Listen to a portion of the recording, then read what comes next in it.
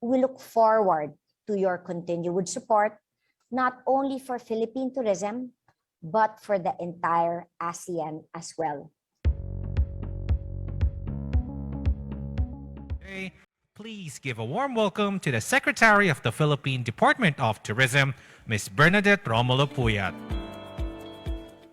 Ladies and gentlemen, good day.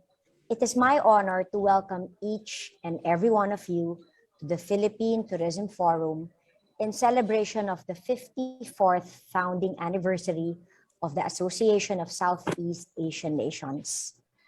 As the country's national tourism organization, the Philippine Department of Tourism has consistently organized activities annually in commemoration of the founding anniversary of ASEAN in order to raise the awareness of our tourism stakeholders on ASEAN tourism.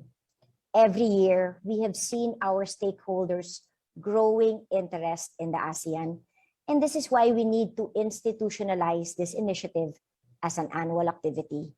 We also intend to reach a wider audience by engaging tourism stakeholders, not only here in the country, but in the whole of the ASEAN. This year's forum will look into the ASEAN's continuing effort to battle the COVID-19 pandemic by steering towards tourism recovery and by developing a more resilient industry. We shall likewise touch on the collective work of the ASEAN NTOs in planning for the region's tourism competitiveness and sustainability post-pandemic. We are deeply thankful that our brothers and sisters in the ASEAN NTOs and the ASEAN Secretariat have accepted our invitation and are here with us for this afternoon's forum to share their experiences in facing the many challenges of the pandemic, along with their respective recovery strategies that each member state may learn from. As you may already know, the Philippine Department of Tourism, with the assistance of our partner government agencies and industry experts, is currently being guided by the Tourism Response and Recovery Plan, or the TRRP, which we have aligned with the updated ASEAN Tourism Strategic Plan of 2016 to 2025, as well as the ASEAN Post-Pandemic Tourism Recovery Plan. In relation to this, we have forged various partnerships to respond to the changing needs of the industry and to allow for the safe reopening of our tourism destinations. Major milestones of the department include making our tourism workforce a top priority for the COVID-19 vaccination program of the government and the recognition of the Philippines as part of the World Travel and Tourism Council's Safe Travel Stamp campaign. In the area of regional cooperation, recovery remains our short to medium-term objective, with ASEAN tourism cooperation being the key platform for us to engage and connect in promoting Southeast Asia as a single destination, ready for the demands and trends of the new normal in tourism. I share the excitement and eagerness of our tourism stakeholders for the learnings awaiting us in this forum. We look forward to your continued support, not only for Philippine tourism, but for the entire ASEAN as well. Thank you very much and mabuhay. Due to these varying quarantine levels being imposed by our government under the Interagency Task Force for the management of this emerging infectious disease, or we call it the IATF-EID, which is dependent on the COVID-19 situation in the country. Lately, we know that there is already a surge of these cases, and the local government have different, since there are certain border controls in different destinations we have. I think this is one of the restrictions that being imposed in our destination. So it depends on the prevailing quarantine levels of our locality and local issuance of the guidelines on the local government unit concerned. I think An example is that Baguio City, which is an in-demand destination for domestic tourists in the national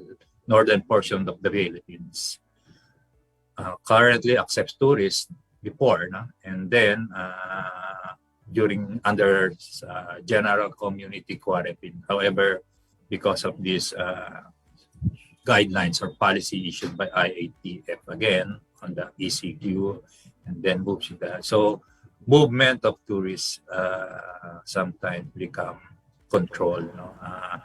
There will be tourist arrivals, but now it's a case of the how do we manage uncertainties right now. I think this is the biggest problem, and we don't know when the surge will coming. Although we can, the OFTA research group will come up with some prediction, and however, these certain policies affects our tourism businesses. An example of this, for example, when you open up a guideline on, okay, we will be under the GCQ, now we can accept tourists, but when we start the business opening and certain bookings, then rightly there will be a surge of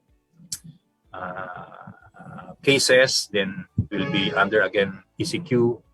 So your planning cycle on your procurement of your goods and services to operate again will be put into a spoil. So that's the impact, no? And that's the common problems that we have.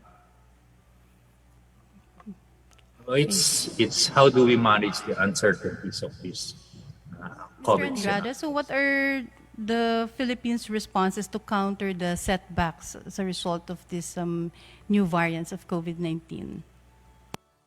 You, Doc Twinkle.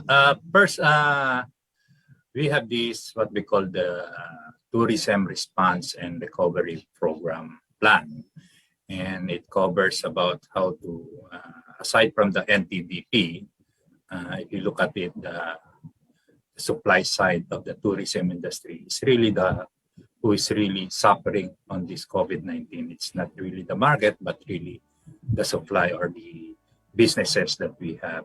So for them to upload their business or to continue, I think we have the financial assistance, technical assistance to continue those business now. If you look at it, the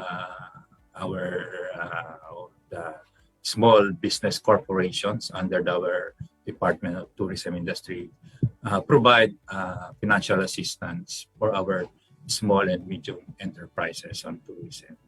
Aside from this, maybe I think this is also an opportunity for us to look at on the different angle of what COVID has done to us. I think it teaches us a lot of lessons. One is it helps us to understand the concept of resiliency towards developing our destination, not only on the disasters of natural, but rather certain type of these concerns that affect the market. And it's also, if you look at it, maybe this is the time for us to look at it positively, that on the other side of, we know that this COVID is already a given problem to us. Maybe it's also time for us to see what will be the best approaches, recalibrate our approaches in terms of understanding our market, and further improving how to become more resilient,